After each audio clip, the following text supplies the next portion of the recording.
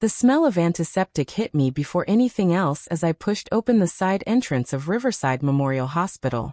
My usual entrance badge was sitting forgotten on my kitchen counter, but after 7 years of marriage to the hospital's star neurosurgeon, most security guards recognized me by sight. Today, I'd taken a different route, slipping in through the staff entrance near the east wing where Stephen's private office was located. I'm Robbie Mitchell, 34, a children's book illustrator working from our spacious lakeside home in Portland. My husband, Dr. Stephen Mitchell, 38, was delivering a lecture that afternoon about his groundbreaking surgical technique. At least that's what he told me before kissing me goodbye that morning. The small gift box in my purse held the vintage watch I'd spent 3 months tracking down as a surprise for our upcoming anniversary. Stephen had mentioned his grandfather's lost timepiece so many times, and I'd finally found one identical to it. I wanted to leave it on his desk with a note, imagining his face when he'd find it. The corridor was eerily quiet as I approached his office suite. His assistant Megan's desk was empty, probably at lunch. Perfect timing. I slowed my steps, not wanting to disturb anyone who might be nearby. That's when I heard his voice through the partially open door of the small conference room adjacent to his office. "I can't keep doing this." Stephen's voice was low, intimate in a way that made my hand freeze on the door handle. "I'll leave her soon. I promise." My heart stopped. The gift box suddenly felt heavy in my hand. "You've been saying that for months, Stephen."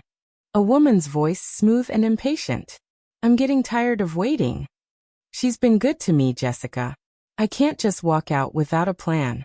There's the house, our accounts, it's complicated." The woman, Jessica, let out an exasperated sigh. "Your wife illustrates children's books, Stephen. She'll be fine financially with the settlement. Stop making excuses. It's not just that. She has no idea. It would destroy her." I stood paralyzed, unable to move, unable to breathe. The conversation continued, but their voices became background noise to the rushing blood in my ears. "We deserve to be happy," Jessica's voice softened. "Don't we?"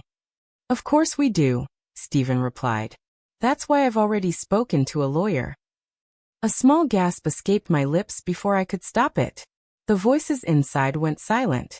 I ducked into an adjacent supply closet just as the conference room door opened fully. Through the narrow crack, I watched my husband, the man who had kissed me goodbye that morning, step out with his arm around a stunning redhead in a white lab coat. Dr. Jessica Winters, the new neuroradiologist who had joined the staff 6 months ago. The same Dr. Stephen had assured me was just a colleague when I'd noticed her name appearing repeatedly in his text messages. His hand rested on the small of her back as they walked toward the elevator, their bodies angled toward each other with the easy intimacy of established lovers. When the elevator doors closed behind them, I slipped out of the closet, my legs unsteady. The gift box fell from my numb fingers, clattering to the floor and springing open. The vintage watch, the one that had taken me months to find, the one I'd paid nearly $3,000 for, lay face up on the sterile hospital tiles, its second hand ticking steadily forward while my entire world had just stopped. What Stephen didn't know was that I'd already started documenting his late nights, his mysterious weekend conferences, and the unexplained charges on our joint credit card. I just never thought I'd need that information until today. The drive home passed in a blur. My hands gripped the steering wheel so tightly my knuckles turned white. 7 years of marriage. 7 years of supporting his career, of rearranging my life to fit his demanding schedule, of planning my work around his surgical calendar. I hadn't always been suspicious. Stephen and I met during my last year of art school when he was completing his residency. He'd come into the coffee shop where I worked part-time, ordered a complicated espresso drink, then left a napkin with a drawing of a brain and his phone number. "In case you need a professional opinion on neural pathways," he'd written. I'd found it charming, his awkward doctor attempt at flirtation. We married 11 months later. He was brilliant, dedicated, and seemed genuinely supportive of my career as an illustrator. Our life together felt solid, until about a year ago when things began to shift. I parked in our driveway and sat motionless, staring at our beautiful craftsman home with its perfectly manicured lawn. The home we'd chosen together. The place where I'd thought we would eventually raise children. Inside, I went straight to my office and unlocked the bottom drawer of my desk. The folder I pulled out wasn't thick, just a collection of receipts, screenshots of text messages I'd happened to see while using his phone, and a handwritten timeline of the nights he'd claimed to be working late. I added a new entry. May 15th. Overheard D discussing leaving me with Jessica W. Mentioned lawyer already consulted. My phone buzzed with a text from Steven. Surgery running late. Don't wait up for dinner. Love you. A hollow laugh escaped me. The ease of his lie was perhaps the most painful part. How many other messages like this one had been covers for time spent with Jessica? I set the phone down and opened my laptop. First, I logged into our joint accounts. Just as I suspected, there were withdrawals, small enough not to raise immediate concerns but consistent.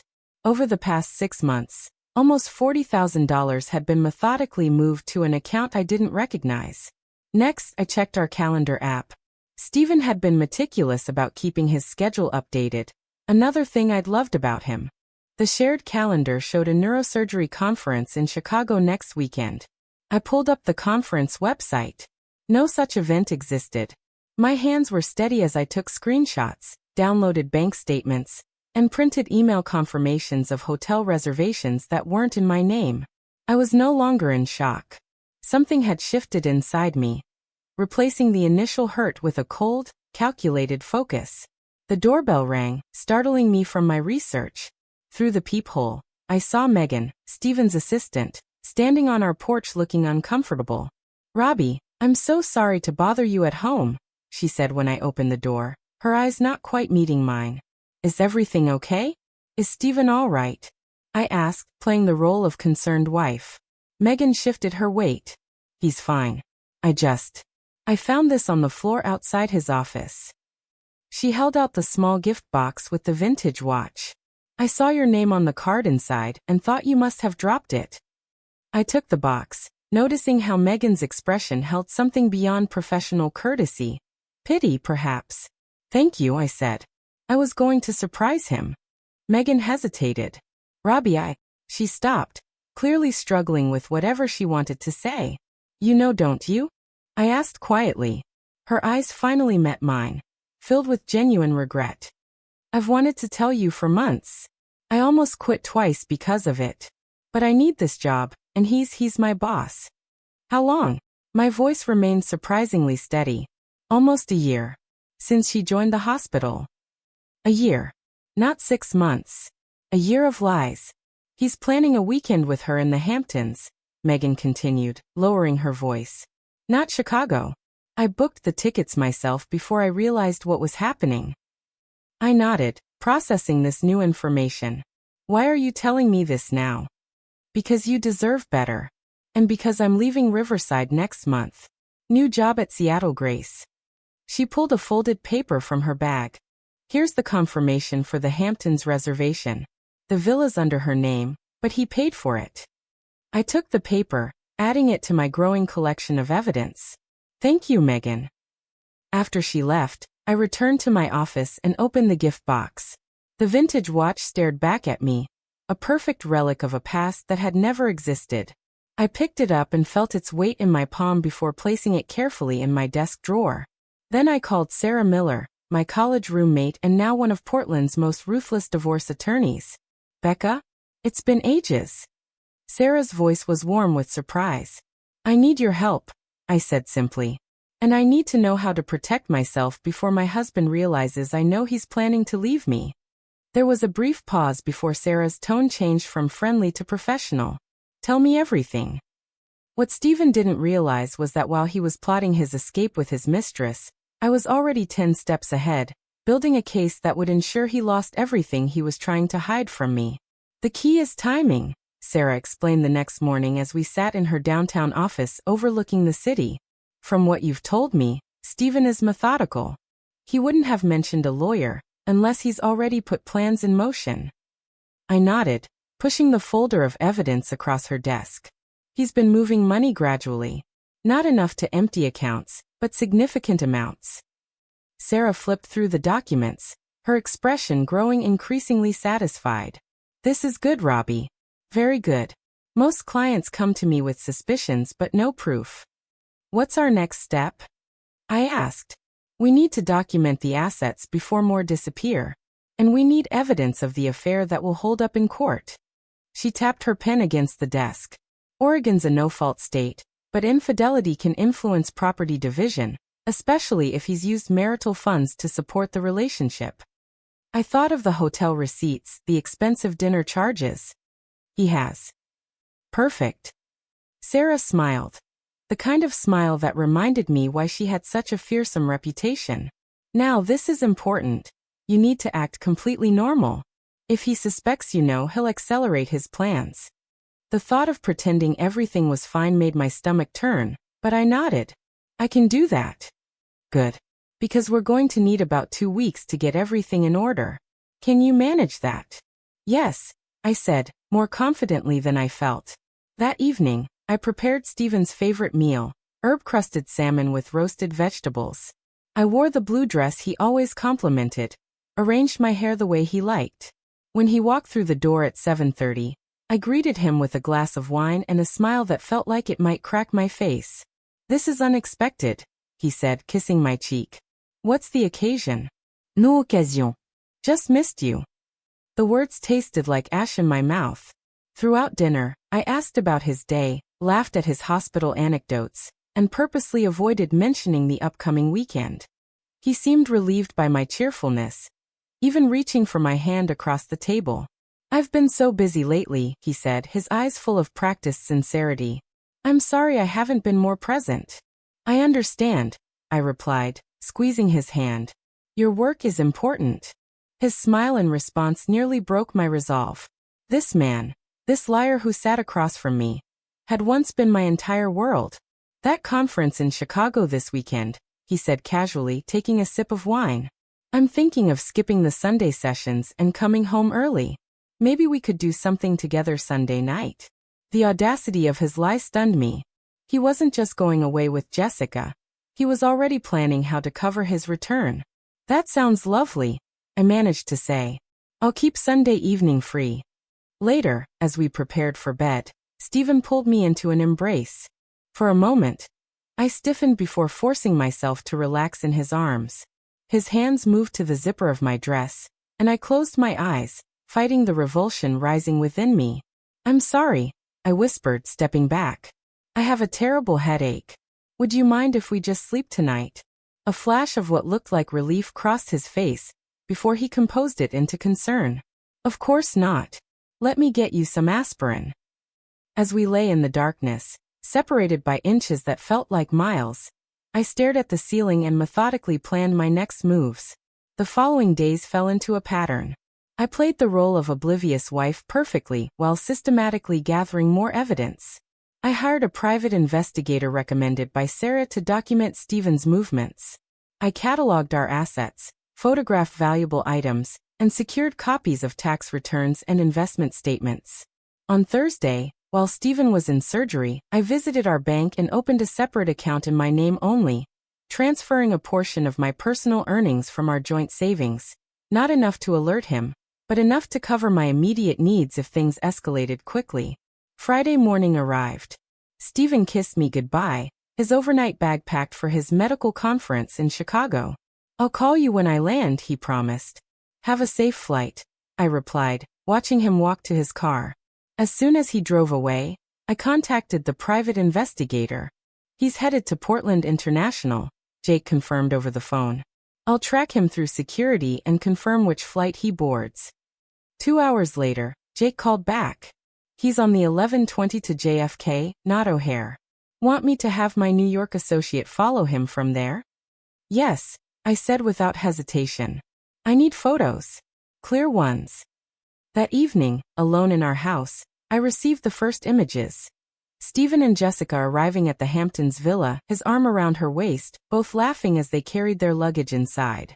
Then came photos of them at dinner, holding hands across the table at an expensive beachfront restaurant.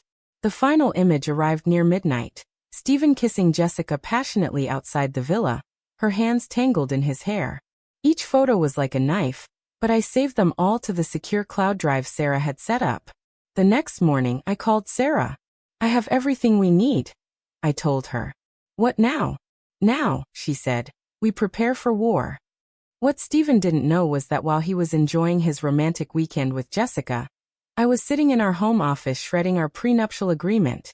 The one with the infidelity clause that his lawyer had insisted was just a formality, but would now cost him millions. Saturday evening, my phone lit up with a text from Stephen. Conference going well. Miss you. How's your weekend? I stared at the message, a strange calm washing over me. The private investigator had sent me photos of Stephen and Jessica walking on the beach just an hour earlier. Quiet here, I replied. Just working on illustrations. Learn anything interesting today? His response came quickly. New techniques for cerebral bypass. Pretty technical stuff. Can't wait to see you tomorrow night. I set the phone down and returned to my laptop. Sarah had sent over draft divorce papers for my review, along with a detailed strategy for our first move. According to her plan, we would file immediately after confronting Stephen with the evidence, catching him off guard and minimizing his time to hide assets. The key was timing the confrontation perfectly. Sunday afternoon, Jake called to confirm that Stephen and Jessica were checking out of the villa. They're booked on the 4:30 p.m. flight to Portland. Should land around 8:15 local time. Thank you, I said. And the rest of the arrangements? All set. Your friend Lisa is standing by with the key to her condo. My associate will track Dr.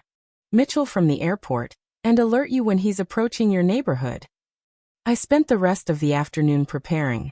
I packed essential items into my car.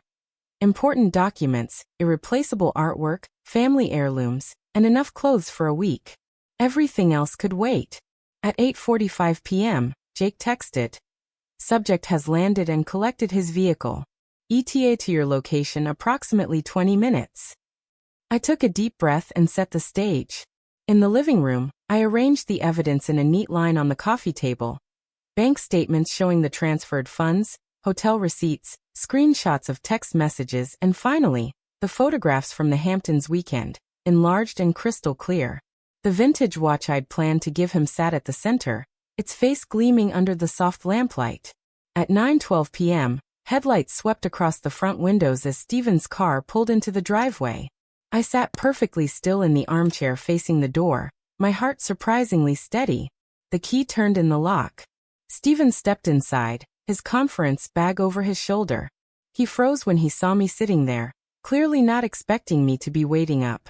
You're still awake, he said, his voice carefully neutral. Everything okay? I gestured to the coffee table. Why don't you have a look? His eyes followed my hand, widening slightly as he registered what he was seeing.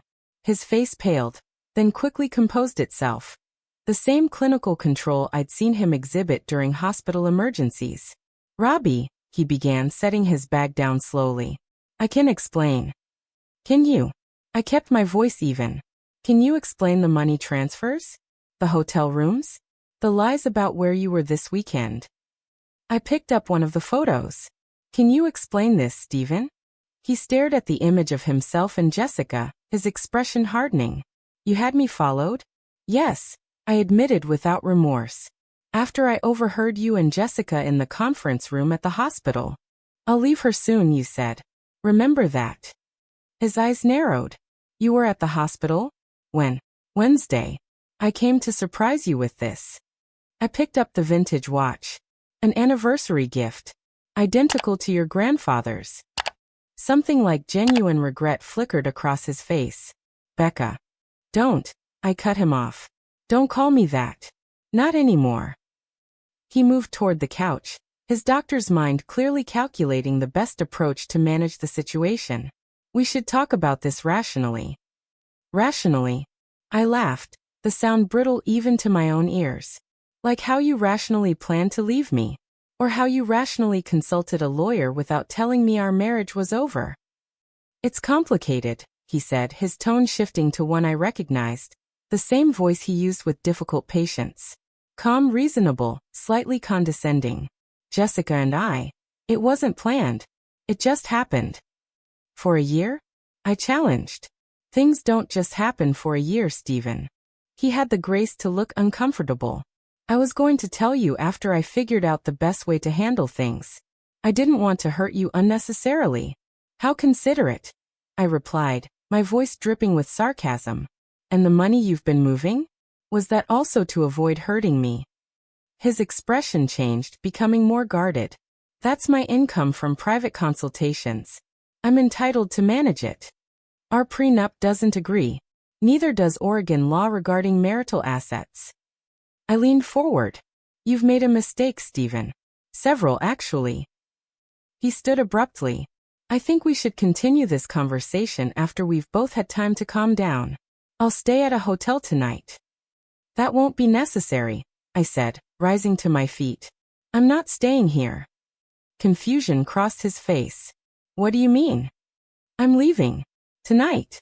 You'll be hearing from my lawyer tomorrow. I picked up my purse and the small overnight bag I'd hidden behind the armchair. The divorce papers will be filed first thing in the morning. His composure finally cracked. Divorce? Robbie, you're overreacting. We can work through this. Like you work through it with your lawyer? I moved toward the door. By the way, the security cameras I had installed last month have been recording our entire conversation, just in case you decide to claim I abandoned our home willingly. His face darkened with anger. You've been planning this. I learned from the best, I replied, opening the front door. Oh, and Stephen? Don't bother looking for the prenup. The original is with my lawyer now. You might want to reread the infidelity clause before you call your attorney. As I walked to my car, he followed me onto the porch. Where are you going? Robbie. I didn't look back as I drove away, the image of his stunned face captured perfectly in my rearview mirror. What Stephen hadn't realized was that while he was building a new life with Jessica, I had been systematically documenting every lie, every betrayal, and every financial deception. And tomorrow, the respected Dr. Mitchell would discover exactly how thoroughly his carefully constructed world was about to collapse. The first wave hit Monday morning. Sarah filed the divorce papers at 8 a.m. sharp, simultaneously submitting a motion to freeze our joint assets based on evidence of Stephen's financial deception. By 9:30, Stephen's frantic calls began flooding my phone. I let them go to voicemail while I sat in Sarah's office, listening to his increasingly desperate messages. Robbie, call me back immediately. What have you done? My accounts are frozen. This is ridiculous. Call me. Your lawyer is making wild accusations. We need to talk like adults. The final message came at 11:45. Robbie, please. You're destroying everything I've worked for.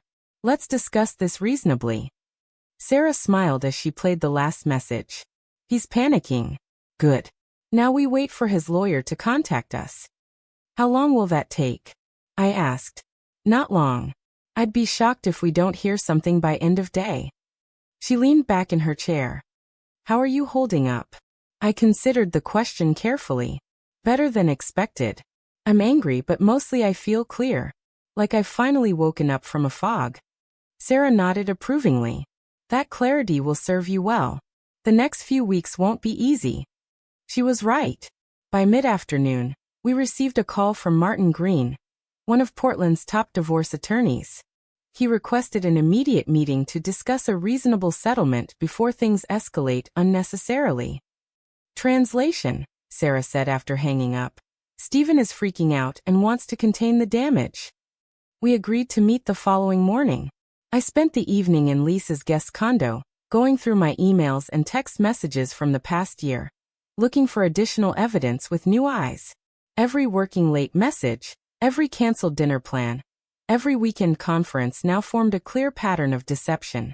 The next morning, I dressed carefully in a conservative navy suit, applied minimal makeup, and pulled my hair back into a simple bun. Sarah had advised me to project calm professionalism, regardless of how I felt inside. Martin Green's office occupied the top floor of a downtown high-rise. Stephen was already there when we arrived, sitting rigidly beside his attorney, his face drawn with tension. He avoided my eyes as Sarah and I took our seats across the massive conference table. Thank you for agreeing to this meeting, Martin began smoothly. I believe we can resolve this unfortunate situation without unnecessary acrimony. Sarah's smile was razor-sharp. We're certainly open to an efficient resolution, provided Dr. Mitchell is prepared to address the financial irregularities and compensate Mrs. Mitchell appropriately for his breaches of the prenuptial agreement.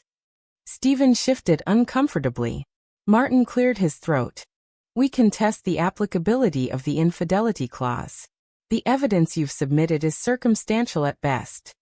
Sarah raised an eyebrow and silently slid a folder across the table. Martin opened it, his professional demeanor faltering slightly as he examined the photographs inside. Additionally, Sarah continued, we have documentation of Dr. Mitchell's inappropriate use of marital funds to support his extramarital relationship, systematic concealment of assets, and premeditated intent to deprive Mrs. Mitchell of her rightful property division. Martin glanced at Stephen, who had gone pale. Perhaps we should discuss parameters for a settlement. For the next hour, offers and counteroffers flew across the table. Stephen remained largely silent, speaking only when directly addressed by his attorney. I watched him with detached curiosity, wondering how I had ever found his tightly controlled expressions reassuring rather than calculating. When Martin proposed that I retain our primary residence while Stephen kept his retirement accounts, Sarah laughed outright. My client is entitled to half of all marital assets, including Dr. Mitchell's medical practice valuation, retirement funds, and investment accounts. Furthermore, the infidelity clause in the prenuptial agreement stipulates additional compensation of $2 million. Stephen finally broke his silence. $2 million? That's absurd. Robbie, be reasonable. I believe it was you who insisted on that clause, I replied calmly. Something about ensuring mutual trust and fidelity? His face flushed with anger. You know that was just standard language. No one actually enforces those provisions. Your Honor, Sarah interjected dryly, though we were not in court. My client would like to note that Dr. Mitchell appears to be admitting he never intended to honor the agreement he signed. Martin placed a restraining hand on Stephen's arm. Let's take a brief recess to discuss privately. When they returned 15 minutes later, Stephen looked defeated. Martin presented a revised offer that conceded to most of our demands, with some adjustments to the payment schedule. We'll review your proposal and respond by tomorrow, Sarah said, gathering her papers. In the meantime, we expect Dr. Mitchell to comply fully with the asset freeze and disclosure requirements. As we stood to leave, Stephen caught my arm. Robbie, can we speak privately for a moment? Sarah gave me a questioning look. I nodded slightly. 5 minutes, she said, stepping outside with Martin. When we were alone, Stephen's professional facade crumbled. Why are you doing this? I know I hurt you, but this level of vindictiveness isn't like you. You're right, I agreed. It's not like me. But then, I didn't realize how much I'd changed until I heard you planning to discard me like an outdated piece of equipment. I never. You did, I interrupted. You mapped out how to leave me while minimizing your financial losses. You moved money, consulted lawyers, and lied to my face daily, all while I supported your career and believed in our marriage. He ran a hand through his hair. A rare gesture of frustration from a man who prided himself on control. What do you want, Robbie? Revenge? Is that it? No, I said truthfully. I want what's fair. I want what I'm entitled to after 7 years of partnership. And I want you to experience a fraction of the blindsided shock you were planning for me. His expression hardened. Jessica and I are serious about each other. This vindictive behavior won't change that. I smiled sadly. I don't care about you and Jessica anymore. That's the surprising part. I just want to be free, with my fair share of what we built together. The hospital board is already asking questions, he said, his voice low. This public scandal could damage my career. You should have considered that possibility before you started sleeping with a colleague and planning to abandon your wife, I replied, moving toward the door. Our 5 minutes are up.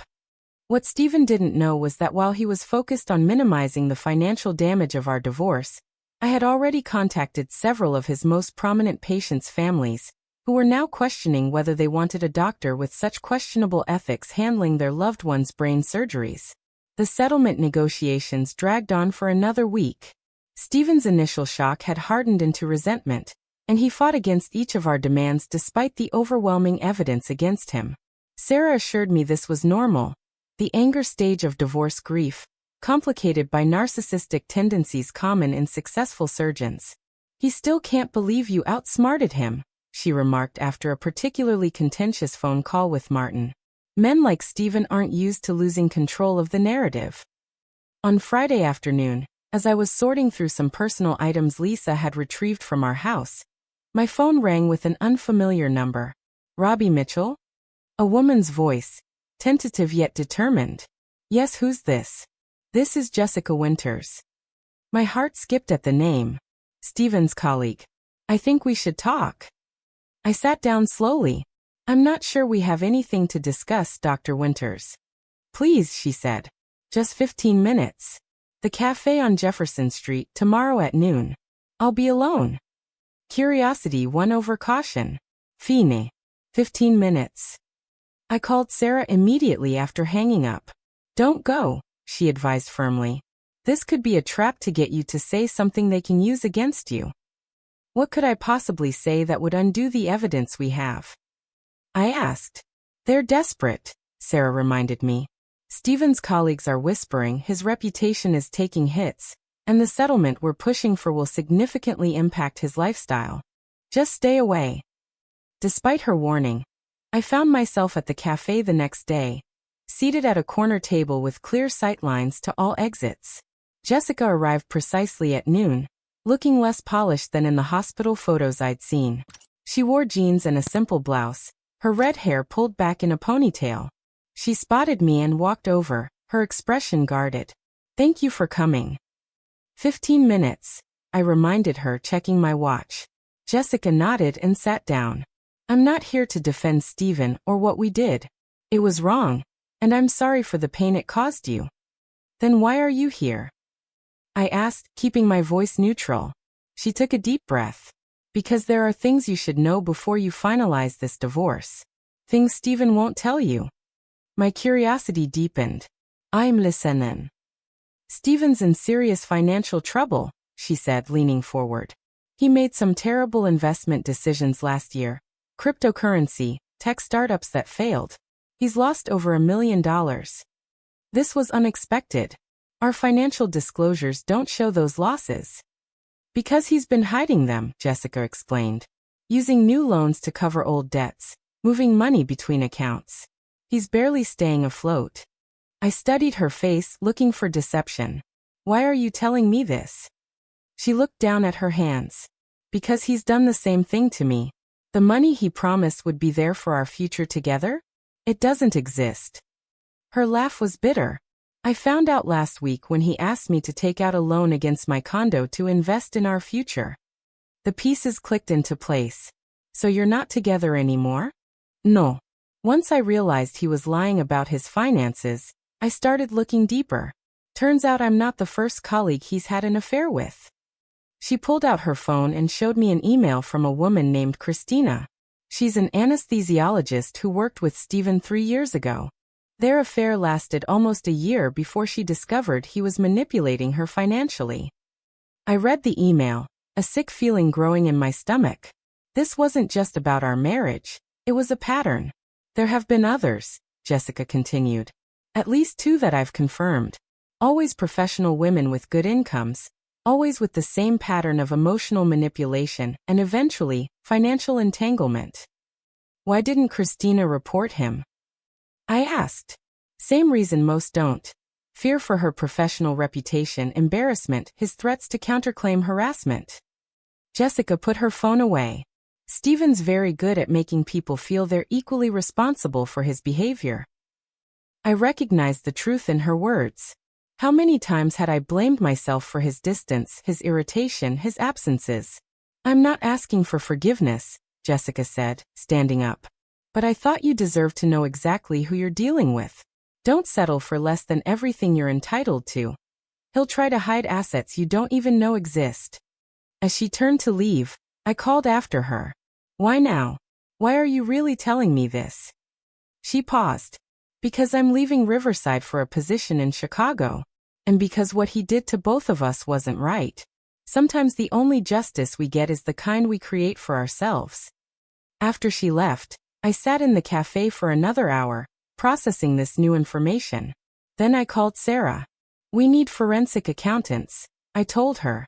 The financial picture is worse than we thought, and there may be hidden accounts we haven't found yet. Sarah was quiet for a moment. This changes our strategy. If he's hiding significant losses, we need to move quickly before assets disappear completely. Do whatever it takes, I said. I want everything he's tried to hide. The following Monday, Sarah filed emergency motions for comprehensive financial disclosure and third-party forensic accounting review.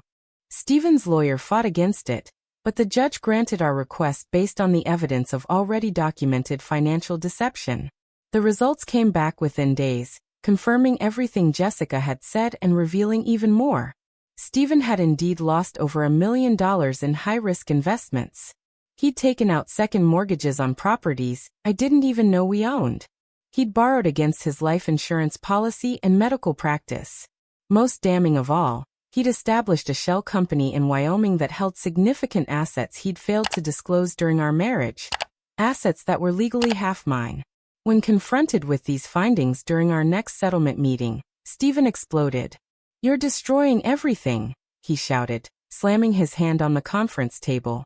"Is that what you want? To ruin me completely?" "No. Stephen," he replied calmly. "I just want what's mine. What you tried to take from me through deception." His lawyer looked grim. "Dr. Mitchell, I strongly advise you to consider the revised settlement offer. The alternative is a public trial where all of these findings will become court record." Stephen's face drained of color as he understood the implications. His reputation, his practice, his standing at the hospital, all would be irreparably damaged. "Fine," he said through clenched teeth. "I'll sign." The final settlement was more favorable than we'd initially hoped for. I received the house, half of all disclosed assets including the Wyoming holdings, a substantial portion of his retirement funds, and the full $2 million stipulated in the infidelity clause. As Stephen signed the papers, his hand shaking slightly, I felt no triumph, only a profound sense of closure. "I hope she was worth it," I said quietly as we both stood to leave. He looked at me with hollow eyes. "She left me last week." I nodded, unsurprised after my conversation with Jessica. "Goodbye, Stephen."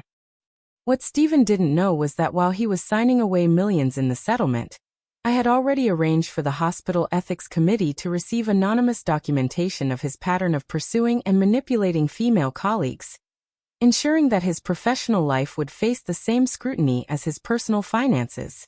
3 months after the divorce was finalized, I stood in the empty foyer of what had once been our home, listening to the echo of my footsteps on the hardwood floors.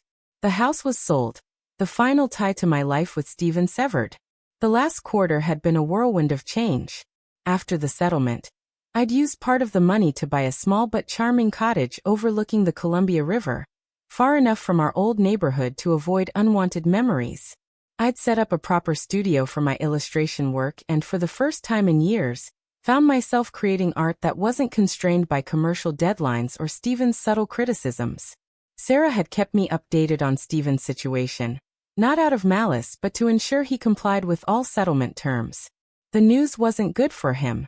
After the hospital ethics committee received documentation about his pattern with female colleagues, they'd launched a formal investigation. Though he wasn't fired, his leadership positions were revoked, and he was placed on a probationary status that required supervision for all non-medical interactions with staff. His financial situation had deteriorated further when several prominent patients transferred to other neurosurgeons, citing loss of confidence in his judgment. The practice he'd spent years building was slowly unraveling. As for Jessica, she'd followed through on her plan to relocate to Chicago. According to hospital gossip that filtered back to me through mutual acquaintances, she'd made a clean break, refusing Stephen's increasingly desperate attempts to reconcile. I felt no satisfaction in his downfall, only a distant sadness for the man I'd once loved and the future we'd planned together. His choices had consequences, as did mine. The difference, I wanted to tell you because it seems like the final page of this chapter for everyone involved. I hope you're doing well, Robbie. You deserved better. I stood on the sidewalk, reading the message twice before putting my phone away. Alaska. about as far as he could get without leaving the country. Perhaps it was for the best, a clean break for both of us. The next morning, I woke early and drove to my new studio. The rising sun cast golden light across the river, illuminating my work table where sketches for my new project were spread out.